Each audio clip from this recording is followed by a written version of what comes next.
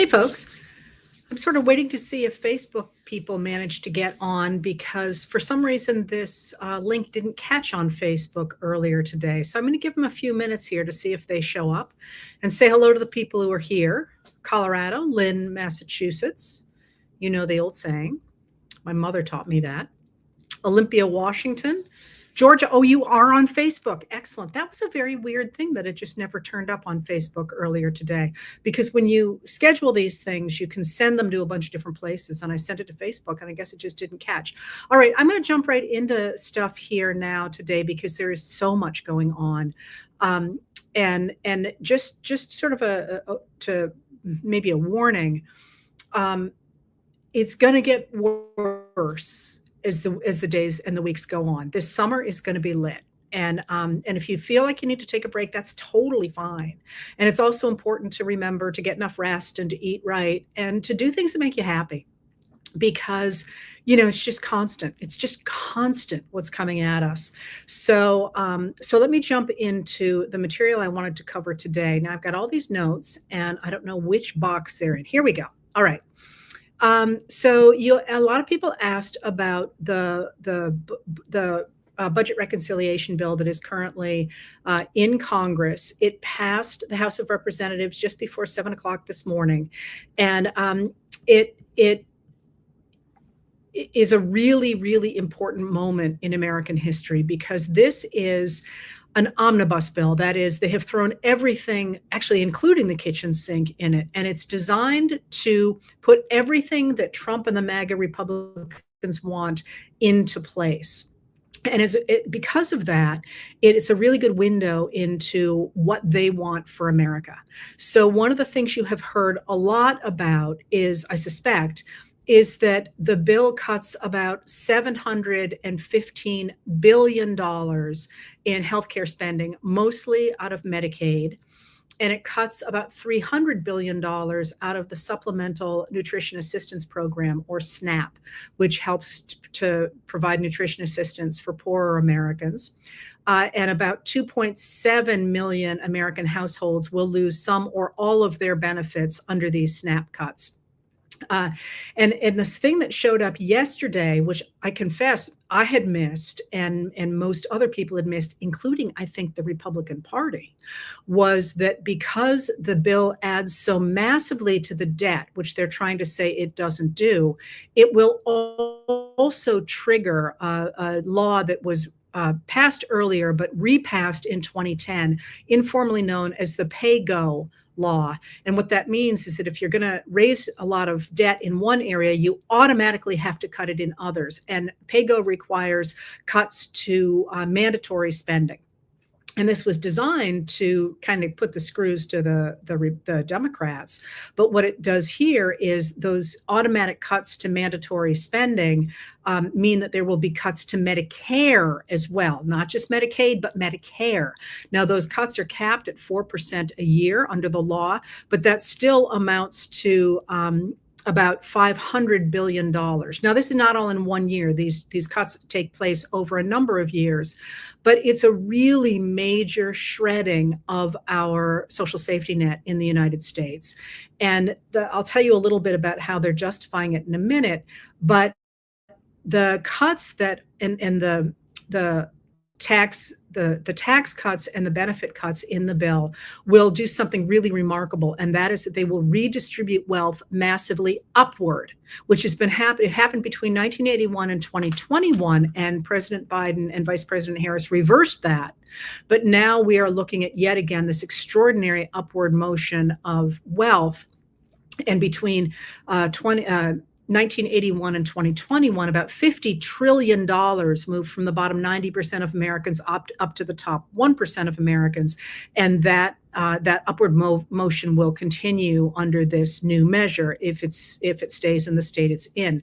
So that if you are, Robert Reich ran the numbers, and if you are making between about $17,000 and $51,000 a year, you'll lose about $700 a year. If you make less than $17,000, you will lose about $1,000 a year. But if you're in the top 1% of earners, you'll gain almost $400,000 a year. It's a pretty dramatic shift. And again, the way that they are managing that is through this extension of these tax cuts and by increasing the debt limit that the American government can borrow. And that's causing a huge problem in things like the stock and the bond markets, because the many investors look at the United States and are looking at this massive assumption of debt without any way to pay it off and saying, hey, we don't trust America any longer. And that's a huge problem for the American economy. All right, so right now the measure has passed the House, but it has not passed the Senate. And let me talk to you a little bit about that. So, or actually, let me finish with what it looks like in the House. We have this bill, so it's moving all this money upward. But one of the things that is dramatic, and very few people are talking about these things in the same breath, is that it also pours money into immigration enforcement, pours money into it. It's the largest increase of that budget ever, including I pulled the numbers about more than $46 billion to construct barriers at the border. That's both water barriers and land barriers. It is $45 billion for adult and family detention, which would be enough to detain 100,000 people at a time, and increase budgets to ICE and so on. Hugely massive money being thrown at immigration. And what's interesting about that, something else that is not really being discussed a lot, is that in fact, the Trump administration is deporting fewer undocumented immigrants every day than the Biden administration did. So who are they going to put in those detention facilities? I think that's worth having in mind. So the bill both moves money upward and pours money at immigration. And I want to pick up those two themes going forward. But let me just finish now with where the bill is currently. The bill has passed the House, barely. It passed it by one vote. And that's after the far right Republicans who said they weren't going to vote for it, all but 3 of them did. But there's also the issue of the fact that the Democrats are down a number of people in the House of Representatives because of deaths, most recently Jerry Connolly of I forget where he's from, who died yesterday. So, the fact that Democrats are down is not helping our cause in this moment. So now it goes before the Senate. All right. So one of the things you need to understand about this bill is that it's being passed under budget reconciliation. Now, what the expletive does that mean? Remember that I keep talking about the Senate filibuster, and the fact that the Senate filibuster is actually a rule that the House had in its early days, but recognized in the House that they had to find a way to make people stop talking, because otherwise they just never shut up. And the Senate never did that, because the Senate was small enough that there was enough peer pressure that people generally didn't insist on talking and talking and talking and talking, unless there was something they truly hated. And in that case, which was almost always over laws that were going to increase racial justice or racial equality, in that case, they had to hold the floor, the same way that Cory Booker held it in the House. That was not a filibuster. Held it in the House. I'm sorry, he was in the Senate too. That he held it the other day. Although it wasn't a filibuster because he wasn't stopping anything. But remember, he wasn't allowed to give up control of the floor. He could lend somebody his time, but he couldn't say, I yield the floor, which is what he finally did after 25 hours. So in the Senate, you can do that. You can filibuster by holding the floor. But they changed the rules a number of years back, a number of decades back, to say that you didn't actually even have to hold the floor. You could just say you were going to do it. And that's how the Senate ground to a halt, because anybody who didn't like a bill could just say, well, I'm going to filibuster it. So we now have this situation where in order to get anything through the Senate, you have to have 60 votes. You have to have a supermajority to break the filibuster. It's called cloture. And then you can have a normal vote, which I can't tell you how many problems I have with that, but that's not the point here. The Senate recognized that it had to make some exceptions for the filibuster or nothing would ever get done. And one of the things that they filibustered were budget matters that needed to get through every year. And those can be passed under a simple majority, and that's known as reconciliation. reconciliation. So this measure is going forward as budget reconciliation so that it will not need to get Democratic votes. They can do the whole thing with Republican votes. But here's a number of problems with this current bill under that system. That is, first of all, that the parliamentarian, the person in the Senate who is nonpartisan, although it's usually appointed by one party or another, is a lawyer and says, listen, this is going to pass muster legally, and this is not. You can't put in a rule about goldfish in a bill about the budget. You just can't do it. And normally the Senate listens to the Senate parliamentarian and tries to make what they do fit what the parliamentarian says. In this case, the Senate parliamentarian is almost certain to try and strip out all the measures in the bill that are not related to the budget. And there are a number of those. But a number of Republican senators are saying we're just going to ignore the Senate parliamentarians. So we'll see what happens with that. But the senators are also very concerned about the effects of the extraordinary increase in the debt on the country. So they want tax cuts for sure, but they also recognize that they're in real danger of crashing the US economy pretty profoundly if everybody in other countries takes a look at the United States and says, hey, we're out of here with our investments. That's a huge problem. So the Senate, the bill is a lot more extreme coming from the House than the Senate is likely to pass, at least willingly. Now, that being said, it has always been sort of a sneaking suspicion on my part that a number of the members of the House pass stuff hoping somebody else is going to stop it, because there's a lot in this measure that's a lot to worry about. So now it's in front of the Senate, and the Senate has already said, we're going to tear it up and write it again. We'll see, because Trump is putting a huge amount of pressure on them. But now is the time, if you care about this, to put a huge amount of pressure on it yourself, on them yourself. Call every day and really make your voices heard on it.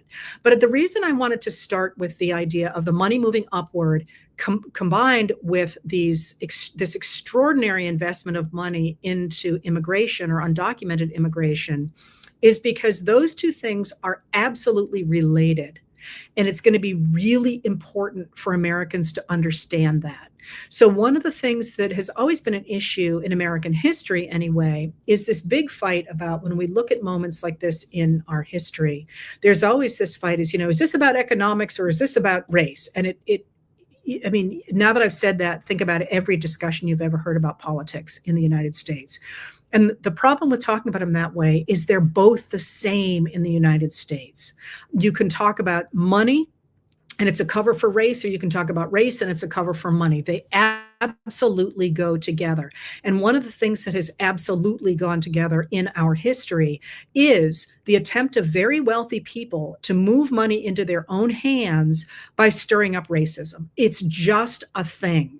So that focus on immigration and this constant sort of immigration porn, if you will, of Homeland Security Secretary Kristi Noem standing in front of the caged individuals at the CCOT prison in El Salvador, the videos of people with the clanking chains and all that, that's really designed to turn out a base that is white nationalist, that wants to have a white country in the United States of America. The United States of America has never been a white country. That is a complete myth. And what they are trying to do is to impose this white nationalist, white Christian nationalist vision on a multicultural country. And it's not going to go well, let me tell you. But let me unpack that just a little bit in the next 15 minutes here. So while people are watching this bill, people like me are watching this bill, a lot of other things have been going on, and I'd like to tie them all together. So one of the things that happened yesterday was President Donald J. Trump met in the Oval Office with the South African president, Cyril Ramaphosa, and accused his country of South Africa, of white genocide. Now, this is a myth. South Africa has very high homicide rates, but they are not exclusive to white farmers. And the white farmers make up about the white South Africans, who make up about 7% of the population of South Africa, do own about 75%. It's off the top of my head. Those numbers are probably a little fuzzy. About 75% of the land, which is wholly holdover from 50 years of apartheid. So what Trump did is he kind of ambushed the president of South Africa and tried to insist that the South Africa was engaged in white genocide. And one of the pictures that he showed was not even from South Africa. It was from, I think it was from the Democratic Republic of Congo. I don't remember, but it was from a country that is a war-torn, very much a war-torn country right now. And he said at the time that this was what Elon Musk wanted. This attack on the Black president of South Africa is what Elon Musk wanted. Now, what he is doing with that, and with his insistence that there are white refugees from genocide in South Africa that are welcome in the United States, is really hammering this racism, this idea that America should be a white nation, and this goes back through from the present, through the 1960s and the attempt of Black Americans to be able to vote, through the 1940s and the desegregation of the U.S. Army, through the 1920s and 30s when we get a neo-Nazi movement in the United States, through the 1920s when we get the resurrection of the Ku Klux Klan, largely out of Indiana, through the turn of the century when we see the rise of lynchings really taking off after about 1889. And I could explain that whole thing now, but you've got a lot of racial lynchings after 1899, and then you go 1889.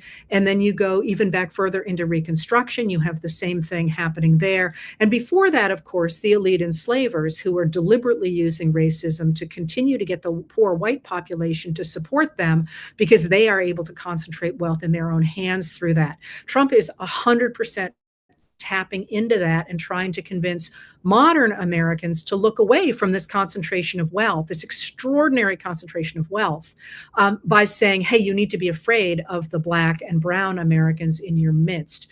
Let me see what else. So that focus on race and racism as money concentrates upward is going to be really important to watch, because the other thing that's happening in addition to the bill and this real doubling down on this concept of a white nation is a number of ways in which the Trump family and the extremely wealthy Americans and people around the world are cashing in, is through the extraordinary corruption that's taking place. And I know it's hard to focus on all the stuff at once because you're sitting there going, what are they going to do to my pension? Or what are they going to do to Medicaid? Which has horrendous ramifications for the closure of rural hospitals, for example. And you started thinking, well, I can't think about this other stuff. There's too much, but it's all the same story. So if you look at what's happening tonight, there is that meeting in the White House, that dinner in the White House of those people, the top 220 investors in Trump's cryptocurrency. You know, remember, they were going to have a special dinner at the White House, and then a number of them were going to have a tour of the, special tour of the White House, because they had bought Trump's his cybercurrency. They'd bought those tokens. Now, as soon as they got invited, many of them offloaded them, suggesting they weren't worth that much money. But the money from the trades is already in Trump's pockets. So there is that, but that's not even the biggie. I explained the other day about a stable coin and how the Trump, the organization that is the umbrella organization for Trump's digital coin, cryptocurrency, has come out with a stable coin. And a stable coin is different from normal cryptocurrency, which you shouldn't think of as currency. You should think of it as an investment, like a Beanie Baby or a tulip, or something can go up and can go down at huge rates. But stable coins are supposed to be more stable because they are pegged to some country's currency. And the way you make money with a stable coin is if somebody buys your stable coin for you to hold it, usually, you can then trade with that money and you get to keep the interest, whatever you get in the trading. So it can be extraordinarily profitable. Well, as of last night, the Trump stablecoin is trading on, let me see if I got the name of it here. I don't. It is trading on with a cryptocurrency exchange that has been banned in the United States after it admitted it was laundering money, and it had to pay a $300 million fine. Now, as of last night, the Trump stablecoin is trading on that crypto exchange, on that cybercurrency exchange, cryptocurrency exchange. So, they're really throwing themselves into cryptocurrency, and the opportunity for the corruption in cryptocurrency is really, really off the charts. But that's not the only place we're seeing the kind of corruption that is moving money upward. We're also seeing it in a story that came out from ProPublica today that talks about how before Trump announced his big tariffs on April 2nd, Liberation Day, more than a dozen US officials sold stock. So they sold it high, the market collapsed, and I suspect they bought it back, or they bought something else at lower levels, which has a number of advantages. First of all, you've locked in a profit, but second of all, then you can take you can write off the drop in the value when you buy at a lower value. So it's a great tax thing. It's a great way to handle taxes, and we know that's been happening. And then again today, the Trump administration accepted that plane from the Qatari government, that plane that he wanted from the Qatari government, that the United States taxpayers are now going to put $1 billion into to get it up and running for Trump. And not they're saying it's for the U.S. Air Force, but it's not. It's designed after Trump's term, then to go to his presidential library where he will continue to use it. So it's essentially a gift to Trump, a gift to Trump from the Qatari government. So what you're seeing here is this attempt to move money upward legally and to get people to accept it by doubling down on the idea among Trump's base that what Trump is doing is protecting them from things like white genocide. I mean, it's a fascinating argument in this moment, because of course that is precisely what the elite enslavers argued in 1859 after John Brown's raid, that unless Black Americans were kept enslaved, they would kill their white neighbors. And really Trump's doubling down on that. It's not really Americans' reality now that there is a white and a Black, the way that there, division, the way that there was in 1859. But the fact he's drumming on that just shows you how deeply it's embedded in the United States. But there's more than that in this moment. And that's, I think, that with the idea of moving power and wealth to the very top, you not only have the racism that Trump is tapping into, but you also have the rise here of the tech bros who want to get rid of the American government, like Elon Musk, because they want to get rid of regulation and they want to gather as much money as they can into their own hands, which you're seeing with, for example, the US government forcing countries to accept Starlink, Elon Musk's satellite company, into their countries before America will say it will do a deal with that country. And South Africa, I believe, is one of those countries. But you're seeing it in a lot of places. And you're also seeing people like Elon Musk really doubling down on getting contracts from the US government for things like, the attempt to go into space and for satellites, for example. And this whole Golden Dome idea that Trump is talking about, which is theoretically a replacement or an American version of the Iron Dome over Israel. Remember that Israel's about the size of New Jersey.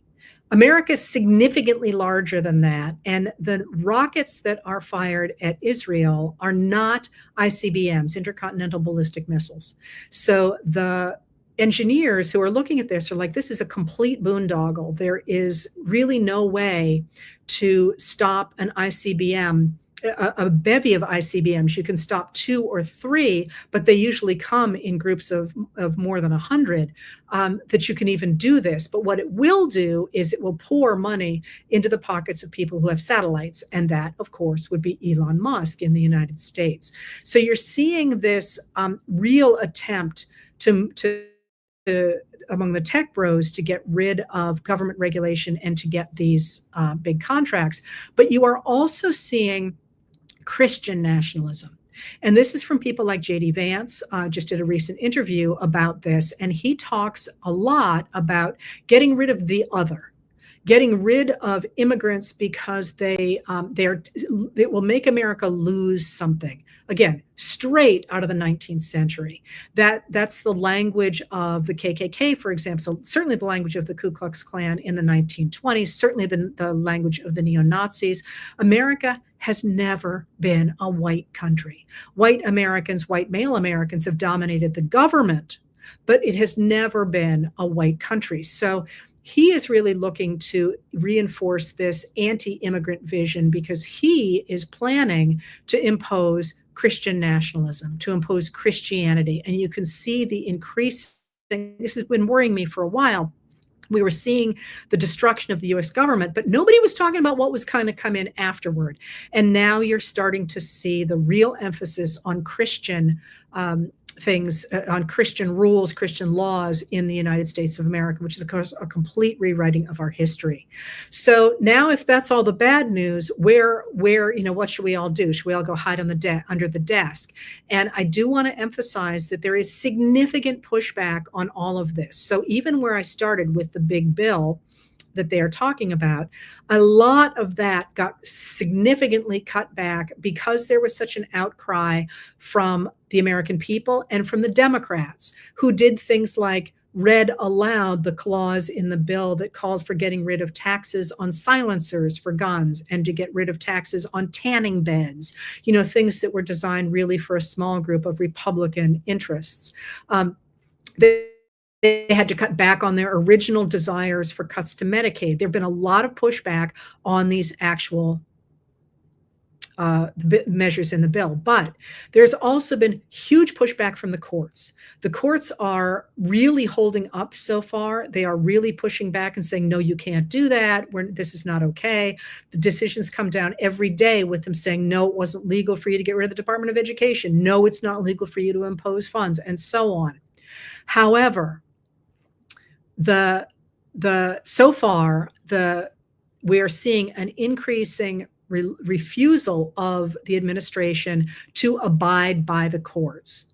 So this is the other piece here, and that's that the administration, by trying to single out people of color, usually migrants, but not always, trying to single them out, what they are doing is they are collapsing our legal system, especially over the issue of immigration. But once it's gone, it's gone. They're collapsing due process. They're collapsing the idea of paying attention to courts. They're collapsing all of that with, again, the idea of constructing a nation in which a very few, very wealthy, rich, white, and usually Christian men rule the rest of us. So we're coming to a real crunch time. Every day feels like things are ratcheting up because the American people do not want this. They're pushing back very hard. The bond markets are not collapsing. I shouldn't use that word. The bond markets are falling. There's all sorts of ways in which this is crumbling. Trump's mind is breaking. Things are not good over there. At the same time, there are enough enablers in Congress for them to be able to do things like are in this bill to say that you essentially can't hold somebody in contempt of court unless you have put up a bond before you sued. And that's going to make it extremely difficult for for courts to have any teeth in their findings that the administration is in contempt of court. And currently 3 judges are saying they think that the administration is in contempt of court. So just as that is processing, the Republicans are trying to say, whoop, we'll take that away so that you can't actually stop the Trump administration from doing this. So the courts are going to need help. Congress is going to need help. And the American people are going to need help pushing their voices. And that's where you and I come in. I am just now off the road from my last trip. You know, I've been on the road since September of 2023. And this is what I'm going to be dedicating myself to, is getting the word out on what's going on and how to push back against it. So once again, I would urge you to do a number of things. Call your Congress critters every day. There's the 5 apps thing on your phone you can use. Get together with friends to make sure you don't feel alone. Participate in local government, your school boards, your town government. Participate in your state government. Call people, tell them what you want. Go to town meetings, whether they're held by Democrats or Republicans. Speak up, write letters to the editor, and definitely get involved at the national level where you, as I say, you call every day, but you also talk a lot about what matters to you. Now, that's not all you can do. You can also make sure that you spread videos on social media, you spread information on social media, you push back against lies on social media. Because, for example, one of the things that you see is Republicans saying, we're not hurting Medicaid. We're not hurting Medicaid. We're helping Medicaid. But what they are arguing is that by cutting Medicaid, they're getting rid of waste, fraud, and abuse, which will make the program stronger. Similarly, in the past, they've talked about making Social Security available only to many, many older people. And they say we're making it better because we're going to guarantee it doesn't run out of money. Well, in my book, if you get rid of those programs, you're not strengthening them, you're weakening them. And just a reminder that the United States is significantly behind any of the 38 other nations, 38 total nations, so 37 other nations that are comparable to us in theoretically being democracies and in having market economies, in the amount of taxation our people bear. We're even significant. We're almost at the very bottom. There are 38 countries. If we even got to average, not the top, but average, we would have trillions more dollars to spend every year. But we've had such profound cuts since the 1980s. We're down there, right very close to the bottom.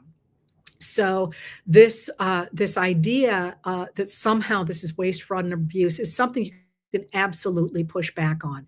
But now I'm going to say something I haven't said before. I talk a lot about changing the public conversation. I talk a lot about joy and making sure you're, spending time with friends, and that itself, and being happy in what you invest in, what you invest your time in, is itself a form of resistance. But I'm going to add art and music. Art especially is enormously important in pushing back against a rising fascist government. You think of the posters you see out there, you think of the things that catch people's eye. So for those of you out there who are artists and who have something to say, print those babies off and stick them to places where it's legal to stick them. If you think about what has spread protests around the world, art is always central to it. So again, we all got to bring our A game now to push back on this rising concentration of wealth and power that has already undermined our democracy, and over the course of this summer will try to destroy it altogether. Thank you for being here. I'm going to do more and more of these, and I will increasingly. Actually, today I mostly spent doing my laundry because, boy, it's been a long time. So I'm not normally. I think I'm normally a little bit better prepared here, and that will get better as the summer goes on. So thank you for being here, and we got a lot up our sleeve going forward for this summer, and we're going to do this. So thank you for being here, and I'll see you sooner than you think. Take care.